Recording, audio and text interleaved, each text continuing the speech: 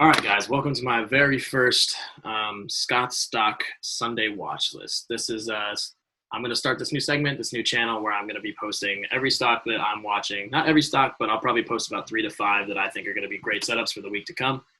Give you a little recap on why things are going to move the way they are. And then next Sunday, we'll follow up with how things moved and then looking forward to the next upcoming week. So I want to make this a weekly thing.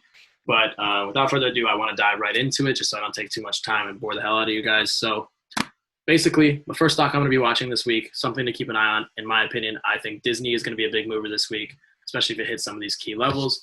I'm drawing some of these chart price points that I think are where we can see a nice breakout and then where the next resistance line or support line will be, whether you want to buy calls or buy puts or just buy stock or short stock, rather.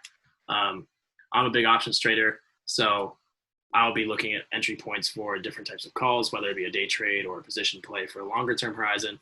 But here, I think that I will probably be day trading Disney tomorrow and then maybe look for a longer position here pretty soon, maybe a $200 call for May or June. It depends. But without further ado, this little orange line here I drew personally. This is the falling wedge pattern that I've been seeing on the daily chart on Disney. It just broke out of it last Friday. Support line here at 183, 184. And it just broke out and it tested this 189 mark. This 189 mark is a huge resistance line, and this is where I will be entering some calls tomorrow if we see this break.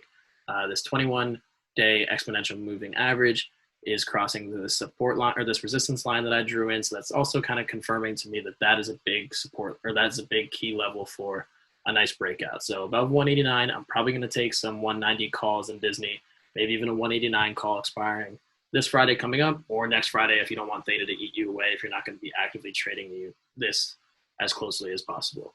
I always set a minus 15% stop loss, just so if anything happens or the market reverses out of nowhere on me, I'm not going to eat a huge loss.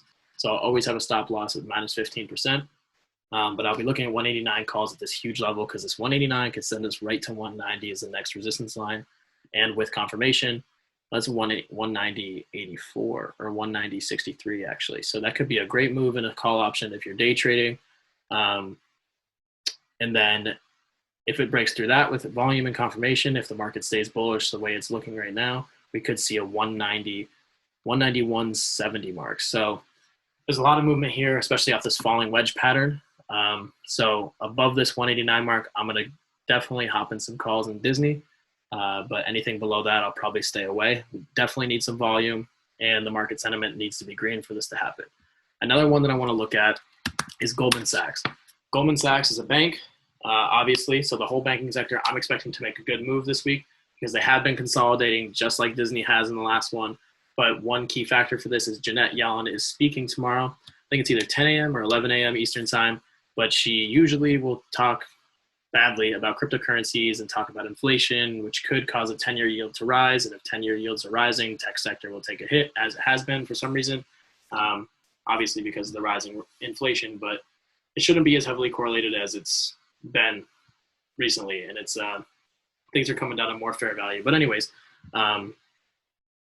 banking sectors usually will do well in a 10-year yield rising. So if it does that, this has been consolidating for quite some time. I would like to take a position in Goldman Sachs above 330 because above 330, we could easily see a 335 mark. So that 330 mark is a huge key level for me, especially because it would be breaking over its VWAP here. This red line I have is the VWAP on its daily chart. So above 330, I would love to take a call option, probably a 330 call option in Goldman Sachs, and day trade the price move up because we could easily see a 335 mark. And a $5 move in something like Goldman Sachs is a great percent return. Probably 75% plus, maybe even over 100% if there's volume and it spikes up quick with volatility. So Goldman Sachs is a great watch above 330. Disney is a great watch above 189. And one that I want to definitely show you is the Tesla. There's not really one, the chart doesn't look the best, but with its delivery news, we could see a huge push up, especially because this 1 month long consolidation from 900 break. It's trading at 661. It got near 700 last Friday and just completely sold off. Its VWAP is 650. So I would definitely take some. I would be careful around 650. 650, it could be a huge push down. Could bounce off 650 as well. But the $700 break is very huge. If it breaks 700 with volume, I could easily see this going to 720, 715, maybe even all the way up to 740. I'm not expecting an $80 move tomorrow, but it wouldn't surprise me at all with those deliveries exceeding expectations that far. So keep an eye on Tesla. It's a very expensive stock, but the $700 break could be a great scalp to make some money. Facebook as well. Facebook could be $300 break. It's been testing it for quite some time now. It kind of looks like it's forming a cup and handle here. A cup and handle pattern would usually show us that it's going to consolidate a little bit lower at first. It's got a nice support line here at like 293 on the dot. So I wouldn't be surprised if we saw this push down a little bit before breaking out on a cup and handle pattern to all-time highs at 304. So this one, it might just be to put something on the watch list this week. I don't think it'll break out right away tomorrow. It depends. The 304.67, it could happen tomorrow because it did test, but it kind of has like a doji candle here and not really sure in what direction it wants to go. But this cup and handle setup looks pretty prime for it to come down, consolidate a little bit before pushing to all-time highs. Some honorable mentions are NNOX. They just got the FDA approval, so that is going to send the stock soaring. A lot of people on my channel and Discord are very heavily invested in this, and they say that they're going to see $100 this week. I don't think it's going to get that crazy, but when things get FDA approval, it's pretty serious. So you're going to see a lot of movement in this stock. I wouldn't be surprised if we saw this over $60 tomorrow. And one more honorable mention from me is Melly. Melly is going to be one of the best stocks you'll trade if you're on the right side, because the premiums are absolutely beautiful and they trade unbelievably. Because I think it was back in November, they were $2,000 a contract, and literally 6 days later, those $2,000 a contract were worth 20 grand. Absolutely insane moving stock, and it can move $100 on any given day.